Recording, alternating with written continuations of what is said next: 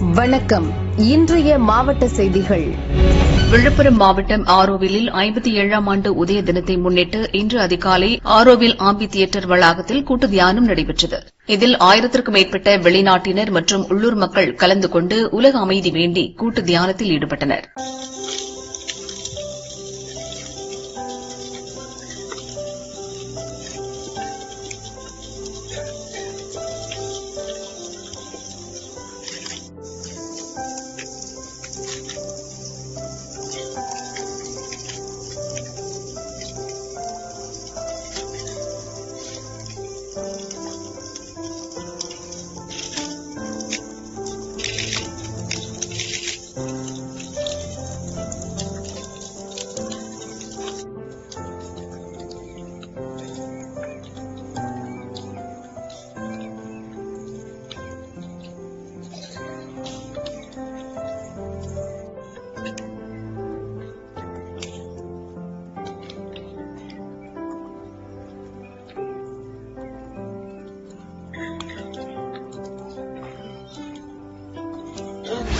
மயிலாடுதுறை மாவட்டம் திருவெண்காட்டில் சுவேதாரண்யேஸ்வரர் சுவாமி கோயில் உள்ளது.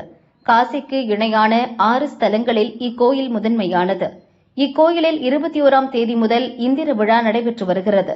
விழாவின் முக்கிய நிகழ்வாக திருக்கல்யாண உற்சவம் நடைபெற்றது. பக்தர்கள் சீர்வரிசை எடுத்து வர சிவாச்சாரியார்கள் திருக்கல்யாணத்தை நடத்தி வைத்தனர்.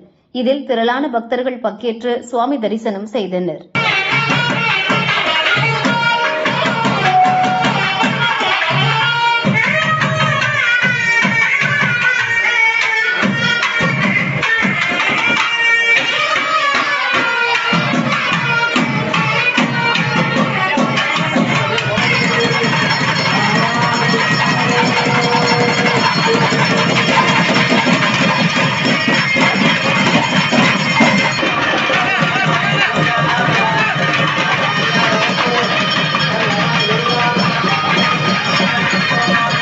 கடலூர் மாவட்டம் பன்ருட்டி அதிமுக முன்னாள் எம்எல்ஏ சத்யா, இவரது கணவர் பன்னீர்செல்வம் கடந்த அதிமுக ஆட்சியில் பன்ருட்டி நகராட்சித் தலைவராக இருந்தார்.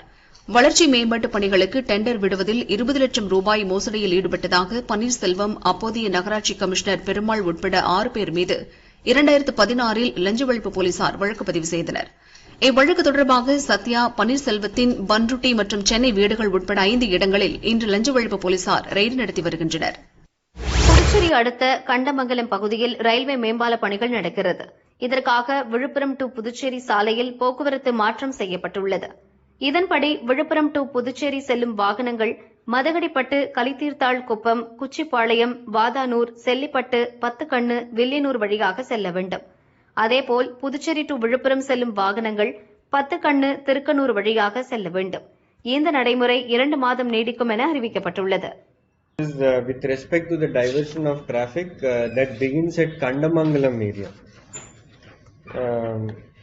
The purpose of this diversion is that the NH is constructing a road overbridge near a railway line, which is necessary to make sure that the travel is smooth and Tiruppur மாவட்டம் உடுமலை, மடத்துக்குளம், குடிமங்கலம் வட்டாரங்களில் கிணற்று பாசன விளைநிலங்களில் பந்தல் அமைத்து பாகற்காய், புடலை, பீர்க்கன் உள்ளிட்ட காய்கறி சாகுபடி நடக்கிறது. வழக்கமாக கோடை காலத்தில் கிணற்று பாசன முறையில் நீர் பற்றாக்குறை ஏற்படும். இதை சமாளிக்கும் வகையில் குறைந்த தண்ணீர் தேவையுள்ள புடலையை அதிகளவு சாகுபடி செய்கின்றனர். பந்தல் காய்கறிகளுக்கு கேரளாவில் நல்ல வரவேற்பு உள்ளது. எனவே கேரள வியாபாரிகள் நேரடியாக விளைநிலங்களுக்கு வந்து காய்கறிகளை கொள்முதல் செய்கின்றனர். இதனால் இடைத்தரகர் தொல்லை இல்லை, சந்தைப்படுத்துவது சுலபம், நிலையான விலை, கைமேல் காசு என சலுகைகள் உடனுக்குடன் கிடைப்பதால் விவசாயிகள் மகிழ்ச்சியில் உள்ளனர்.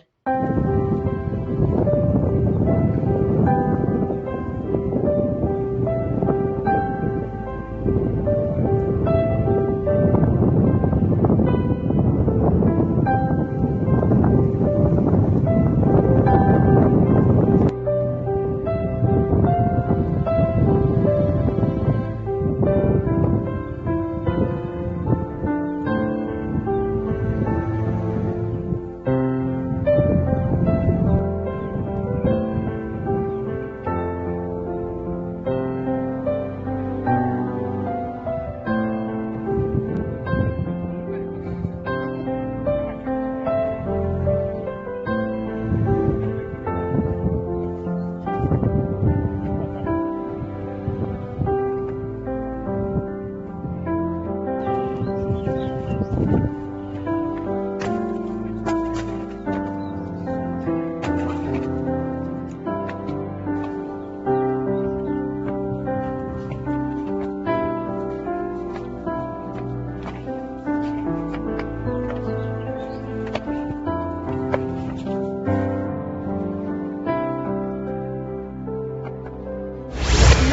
இந்திய கம்யூனிஸ்ட் கட்சியின் எம்பி செல்வராஜ் இவரை காணவில்லை, கண்டா வர சொல்லுங்கள் என கூறி நன்னிலம் உள்ளிட்ட பகுதிகளில் மர்ம நபர்கள் போஸ்டர் ஒட்டினர்.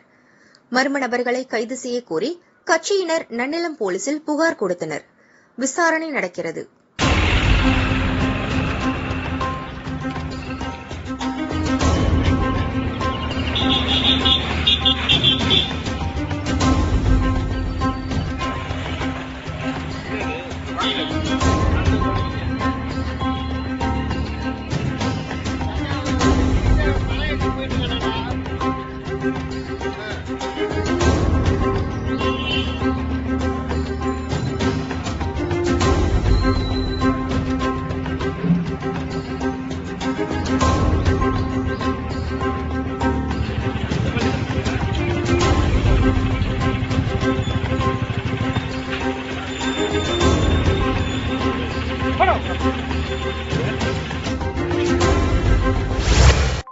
தேசிய அறிவியல் தின விழா பள்ளிகளில் கோலாகலமாக கொண்டாடப்பட்டது.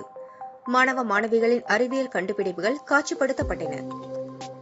நீலகிரி மாவட்டம் பந்தலூர் அருகே அம்பலமூலாவில் உள்ள நேதாஜி சுபாஷ் சந்திரபோஸ் உண்டு உறைவிட உயர்நிலைப் பள்ளியில் அறிவியல் படைப்புகள் குறித்த போட்டி மற்றும் அறிவியல் கண்டுபிடிப்புகள் சார்ந்த பேச்சுப் போட்டிகள் நடத்தப்பட்டன.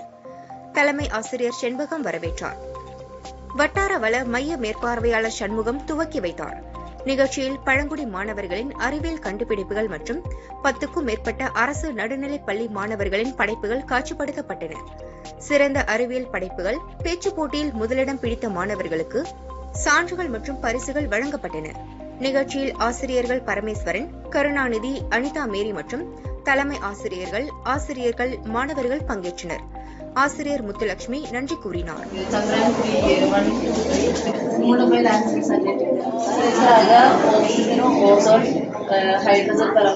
பூமி வெப்பம் அடைவதனை தடுக்காக வேண்டும், இல்லையே இது மனிதனுக்கு பேரடை உண்டு.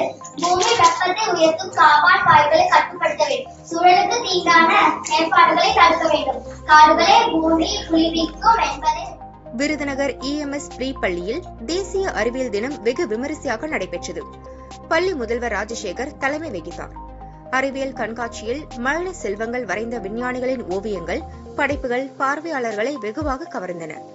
தலைவர்கள் விஞ்ஞானிகள் போல் ப்ரீ-KG, LKG மற்றும் UKG மாணவர்கள் தத்ரூபமாக வேடமணிந்து நிகழ்ச்சியில் கலந்து கொண்டனர். தலைவர்கள் விஞ்ஞானிகள் வேடத்தில் வலம் வந்தபடி சயின்டிஸ்டுகளின் பெயர்களையும் கண்டுபிடிப்புகளையும் எடுத்துக் கூறி அசத்தினர். சிறந்த படைப்புகளுக்கு பரிசுகள் வழங்கப்பட்டன. நிகழ்ச்சியில் மாணவர்கள், ஆசிரியர்கள் மற்றும் பெற்றோர் என திரளாக கலந்து கொண்டனர்.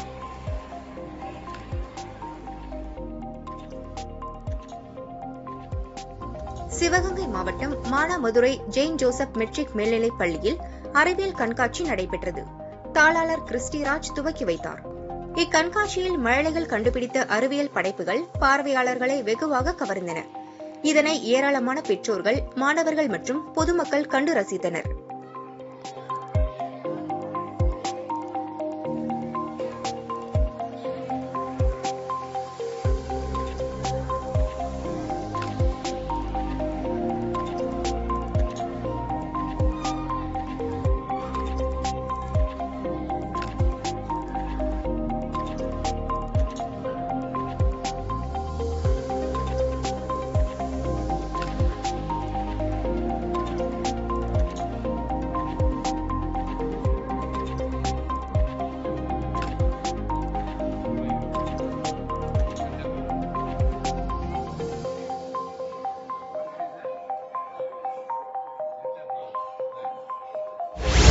திருச்சி NIT கல்லூரியில் தேசிய அறிவியல் தினத்தையொட்டி கருத்தரங்கு நடைபெற்றது.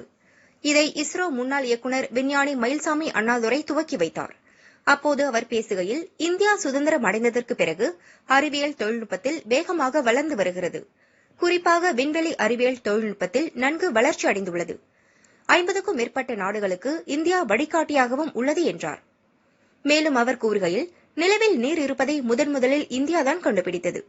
அதுதான் மற்ற நாடுகள் நிலவில் ஆராய்ச்சி செய்வதற்கு ஒரு ஆர்வத்தை ஏற்படுத்தியது. உலக அளவில் திருப்பி பார்க்கக்கூடிய இடமாக குலசேகரப்பட்டினம் மாற்றப்பட்டு வருகிறது. இங்கிருந்து குறைந்த செலவில் குறைவான எரிபொருள் மூலம் விண்வெளிக்கு செயற்கைக்கோள்கள் அனுப்ப முடியும். குலசேகரப்பட்டினம் மற்றும் அதனை சுற்றியுள்ள மாவட்டங்களில் சுமார் 3000 ஏக்கர் பரப்பளவில் ஏவுதளத்திற்கு தேவையான ஏவுகலன்கள், எரிபொருள், உதிரி பாகங்கள் தயாரிப்பு, சிறிய செயற்கைக்கோள்கள் உள்ளிட்ட கட்டுமானங்கள் நடைபெற்று வருகிறது. இதன் பயனால் மிக குறைந்த செலவில் விண்வெளிக்கு செயற்கைக்கோள்கள் அனுப்புவதற்கு சிறந்த இடமாக குலசேகரப்பட்டினம் இன்னும் 3 ஆண்டுகளில் உலகையே திரும்பி பார்க்க வைப்பது உறுதி என்றார். Though probably my intro would have come there, but where I stand is probably more or less connected with the time about the Samavesa type of thing. And after my post-retirement from ISRO, I had opportunity to work with the Tamil Nadu State Council for Science and Technology, a new position they given, and to see almost similar way of what are many things are happening in the laboratories, universities, colleges, and various ways. And some people, even out of their own way, may not be having their academic credentials, but still they have their own ideas, innovative ideas. They want to see to that whether this can be made, something like that. So very many things have been there. And how to bring the things in a focused way and to take it to the level what they are talking about. I think it's something similar. But now when we look at here at this point of time, many such isolated activities what's happening across India, now it is all getting focused. I think that's a real thing is there. It is not that it was not happening previously, but only previously many things are happening in isolated way. Now there is a time has come, probably a time has come where things are getting more and more focused. That's why we are seeing outcome of Indians research, Indian science and technology in various ways. Be it on a moon or be it on Mars, be it on the Earth, the Sun. And very many things are happening. And be it in even the COVID-19. And the COVID-19 when it came, I think the whole world thought India with its huge population density, place like Dharavira, what will happen after that? I think everybody was really telling, and almost they told also. Even the media like BBC told things will collapse like everything. But not only India got out of that, India had a solution for more than 40-50 countries in the name of vaccine. I think this happened there. So these are all basically what I'm saying is definitely there is a hidden potential. Now it is coming out. Okay, and that's coming out. So that is when it's happening, bringing the things together in a focused way. Nilgiri மாவட்டத்திற்கு வரும் சுற்றுலா பயணிகள் சாலையோர வனப்பகுதிகளில் polythene கவர்கள் மற்றும் plastic கழிவுகளை வீசி செல்கின்றனர்.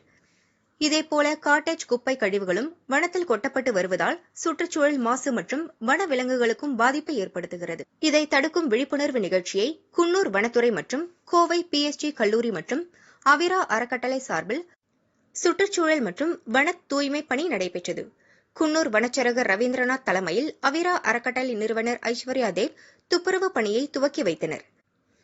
இதன் ஒரு பகுதியாக CMS பகுதியில் இருந்து லேம்ஸ்ரா காட்சி முனை வரை 3 கிலோமீட்டர் தூரத்திற்கு வனப்பகுதிகளில் குவிந்து கிடந்த மது பாட்டில்கள் மற்றும் பிளாஸ்டிக் கழிவுகள் 1 டன் அளவில் சேகரிக்கப்பட்டது.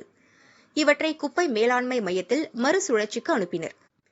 அதைத் தொடர்ந்து சுற்றுலா பயணிகள் மற்றும் காட்டேஜ் ஊழியர்கள் வனப்பகுதிகளில் பிளாஸ்டிக் உள்ளிட்ட கழிவுகளை வீசுவதை தவிர்க்க வலியுறுத்தப்பட்டது.